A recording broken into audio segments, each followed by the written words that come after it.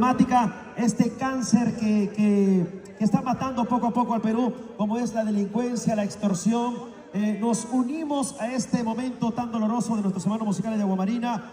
Nos gustaría darles más información al respecto, pero no tenemos información concreta. Sabemos que entre los heridos hay un familiar de nuestro compañero y amigo de labores, como es el timbalero, y por ende estaban visualizando hace un buen rato a nuestro amigo Dino Sánchez, quien ha tomado la posta del timbalero, uno de los integrantes de Aguamarina de apellido More, familiar directo de nuestro compañero de labores, nuestro timbalero, nuestro amigo Jean-Pierre More, y por ello ha tenido que dejar el concierto, ha ido a sumarse a su familia para juntos saber las incidencias, los pormenores de lo que se viene suscitando en Lima con nuestros hermanos musicales de Aguamarina.